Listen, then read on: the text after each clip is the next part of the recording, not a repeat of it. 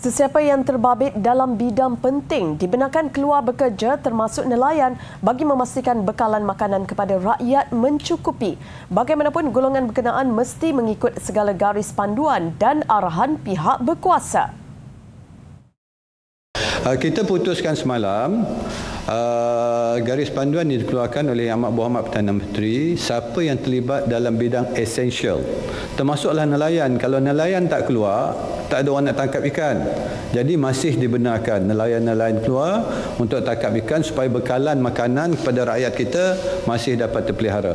So bidang-bidang esensial ni masih dibenarkan untuk beroperasi, tapi mesti ikuti segala garis panduan yang dikeluarkan oleh Kementerian Kesihatan dan ikuti juga segala arahan daripada pihak polis, pihak tentera dan sebagainya nanti.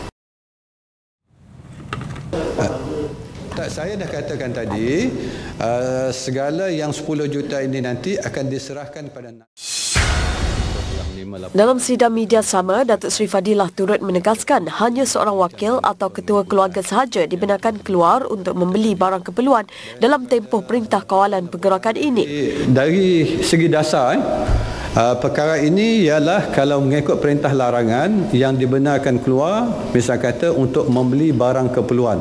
Sama ada dia nak beli barang-barang makanan ataupun terpaksa beli ubat-ubatan, hanya dibenarkan seorang, ketua keluarga. Itu garis panduan asas. Tapi misalnya kalau terpaksa ada membawa orang, itu dia kena beri penjelasan pada pihak polis. Pihak polis akan menggunakan budi bicara. Jelas beliau sekiranya terpaksa keluar, mereka perlu mengikut garis panduan yang ditetapkan oleh Kementerian Kesihatan iaitu mencuci tangan dan mengikut penjarakan sosial.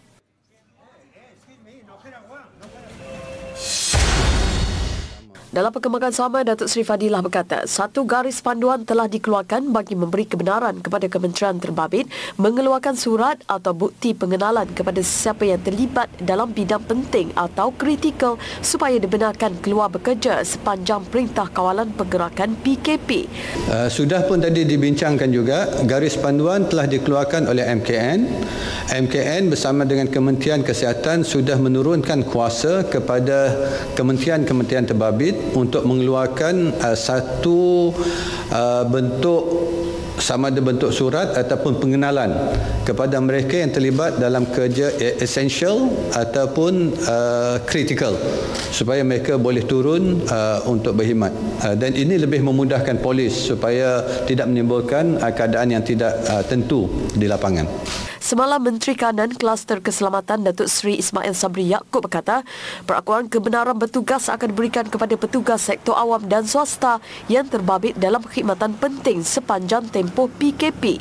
Sebelum ini, seorang waris mengeluh apabila jururawat peribadi ibunya ditahan dalam sekatan jalan dan tidak dibenarkan ke rumah pesakit meskipun jururawat terbabit mempunyai surat pengesahan bekerja oleh majikan. Pesakit menghidapi penyakit kritikal dan memerlukan rawatan teliti daripada jururawat.